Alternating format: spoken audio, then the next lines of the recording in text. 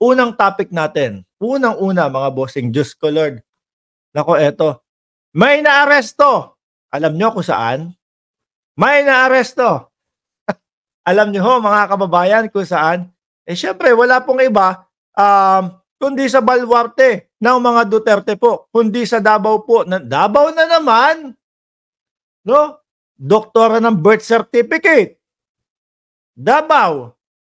Oh, mga umaalis na mga big boss ng Pogo, dadaan sa Davao. Davao International Airport. Tapos eto, nagtago sa Davao din. Ano ba talaga meron dyan? Akala ko talagang pinaka, no? Peaceful dyan sa Davao. Eh bakit parang nagiging kanlungan yata ng mga wanted? Sabi dito ho sa balita, mga kababayan, sa baluarte ng mga Duterte. Siguro doon nagtago dahil feeling niya mas okay ako dito. Mas safe ako dito. Ano? Walang gagalaw sa akin. Sa baluarte ng mga Duterte, ex-DBM Yusek Christopher Lau arrested in Davao City. Ayan ho mga kababayan. Ayan, nandiyan ang mugshot. Isa-isa na ho silang nagkaka-mugshot. Ano? Sa tingin nyo po, nalalapit na rin doon magka-mugshot itong si Atty. Roque at si Atty. Torion? Tingin nyo po, mga kababayan, ano? Isa-isa na po silang nagmamugshot. Yung huli po, mga bossing, yung kanilang pastor o yung kanilang poon na si Kibuloy. Eto na po. Former Department of Budget and Management Undersecretary and Procurement Service, Executive Director Lloyd Christopher Lau, who is implicated in the Farmally mess, was arrested in Ecoland, Davao City on Wednesday, said CIDG, Criminal Investigation and Detection Group, Chief Major General Leo Francisco. Aba, mukhang madaming maa-awardan ngayon sa pangunguna na lang po lalo, no? Ni General Torre. Lau, ano ba kaso nito? Has a standing warrant of arrest for graft issue by the Sandigan Bayan First Division on September 12, which has a recommended bail of 90,000. Formally? Ito ba nung panahon nung dating Pangulong Duterte, mga kababayan? Tingnan natin eto nasan ba yun? Eto. Sabi, the suspect is now under the custody of CIDG Regional Field Unit in Davao Region. The Office of the Ombudsman earlier approved that the filing of graft charge against Lau and former Health Secretary, nako si Duque din! Ang dami hong nagsasabi nung panahon po ng COVID, palitan na si Duque! Palitan na si Duque! Dahil hindi daw po magaling. Ayaw naman pong palitan ni dating Pangulong Duterte. Magaling man daw. Magaling man daw. Health Secretary, ulitin ko earlier approved the filing of graft charges against Lau and former Health Secretary Francisco Duque III over the alleged irregular transfer of 41.4 billion funds of the Department of Health, DOH, to the PSDBM from March to December 2022, panahon ng COVID-19, mga kababayan. Nandiyan din si Ma'am Lynn Hirakawa, Irene Padron. Shout out sa inyo. Biruin nyo po yun. Ako, ang talagang natatandaan kong magaling para sa akin ng Department of Health, si Juan Plabier. Sino po nakakatanda kay Juan Plabier? Kaso ano pa lang ako nun bata pa lang ako nun. Madami talaga silang proyekto. Yung si Juan Plabier, madaming proyekto yun, lalo na sa mga eskwelahan po. Ituloy na natin to. Hindi naman si Juan Plabier ang issue natin dito. The two officials were also embroiled in the controversial awarding of the multi-billion pesos. Multi-billion? 41.4 billion. Multi-billion peso contract to the Farmally Pharmaceutical Corporation, na yung Farmally, napakaliit lang by the past administration, which became the subject of the Senate investigation. Sabi ni Elroy Alcantara, totoo yan, dismayado kami kay Duque sa panahon ng COVID. Sabi ni Sweet Graving, akala ng Davao mabenta pa rin ang pagiging astig. Wala nang bumilib dyan ngayon. Correct ho. Dapat astig ka, yung talagang pinaninindigan mo kung ano yung batas, pero patas para sa lahat. Yun po ngayon ang uso. Yun ang tunay na astig ho. Sabi ni Joel Carino, galing yon, just do it, Sen. Si Plabier ho. The fund were intended for the immediate purchase of COVID-19 detection kits, nucleic acid extraction machine, mechanical ventilator, personal protective equipment, PPE, no? Surgical mask, cadaver bag, and various test kits. Ayan. Meron naman pong sinabi dito. Si Senadora Risa Ontiveros, mga kababayan. Naghahabol din eh. Eto na. Saglit lang daw po. May mensahe. No? Kay DBM Yusek Lau. Eto po. Senator Ontiveros kay ex-DBM Executive Lau. Oras na para harapin ang mga kaso laban sa'yo. Malamang pusa alamang mga kababayan. May mga pangalan na naman po na madadawit, mga bossing, no? Dito. Kapag ito po kumanta, no, nang naaayon sa batas ho, mga kababayan. Pakinggan ho natin ang kumbaga panawagan ba? O ang speech po ni Senadora Ontiveros. To face the music, Attorney Lau. Oras na para harapin mo ang mga kaso laban sa'yo.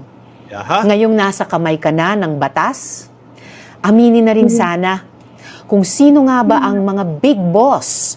Ay! Sino nga ho ba ang mga big boss? Kayo nga dyan sa comment section, pakisabi nga kung sino yung sa tingin ninyo na mga big boss nitong mga ito para gumawa ng mga irregularidad, di umano.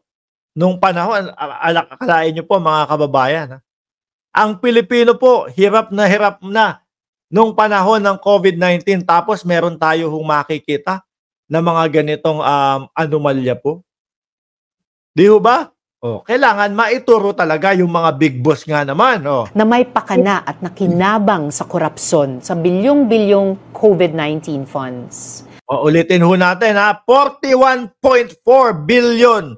Mga bossing. Kailangan managot si Attorney Lau at ang mga kasabwat niya sa pang-aabuso at pagkamkam sa kaban ng bayan.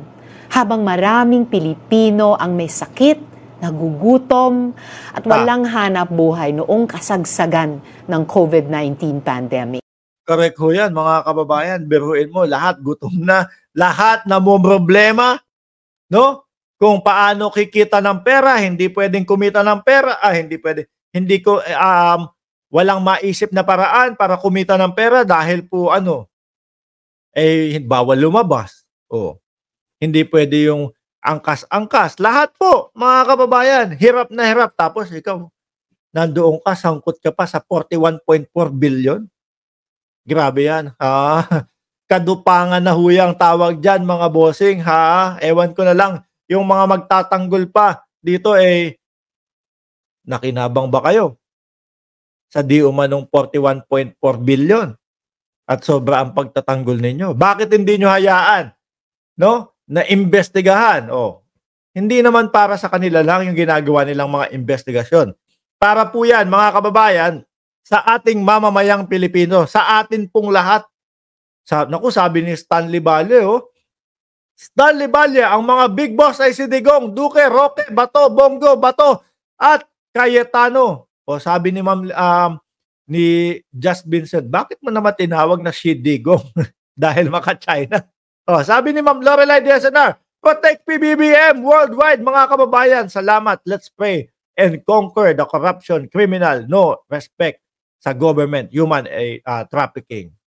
Puro kayo Digong dyan, no? Ibig sabihin, si Digong ang mastermind nito. Daming pera niya, 41.4 billion.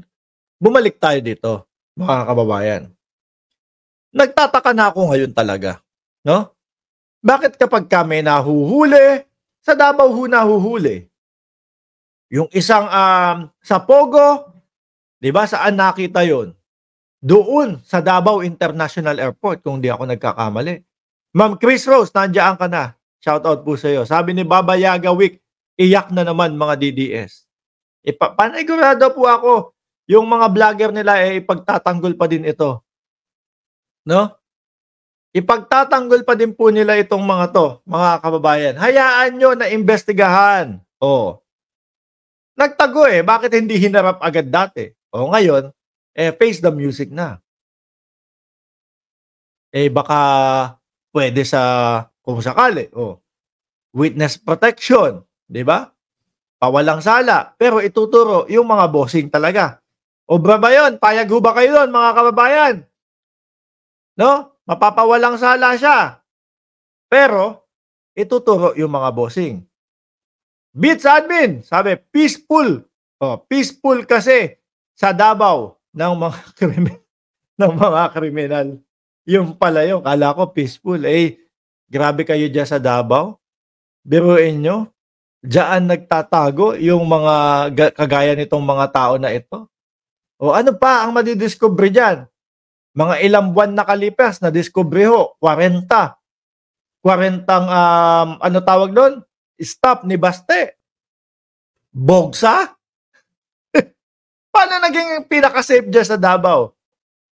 Sige nga, paliwanag nyo ho sa amin. Nung nandiyan na si Torre, nung inilipat na dyan si Torre, dilagay dyan, Dinestino, ang dami hong nakita, mga kababayan. Una na ho doon, yung hindi ginagamit ng mga CCTV camera. Sabi ni Torre, eto kaya hindi ito ginagamit kasi dagdag trabaho sa kanila Nagpatawag po ng ano tawag diyan? Nagpatawag ng meeting ng alas 5 ng madaling araw si General Torre. Di ba po, normal lang dapat 'yon sa mga kapulisang kasundaluhan. Nagreklamo rereklamo pa daw po siya sa media, bakit daw po napakaaga. Pagka ganoon, hirap na hirap kayong gumising ng maaga diyan sa Davao, lousy yung mga kapulisan dati diyan. Ngayon mukhang astige na po yung mga nandyan.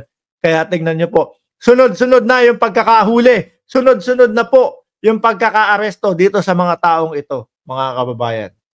Good job po. Good job po sa mga nakahuli, no? Good job po at kumbaga baka ito ang susi na tao, no? Para magsalita na ng totoo kung ano talaga yung nangyari diyan.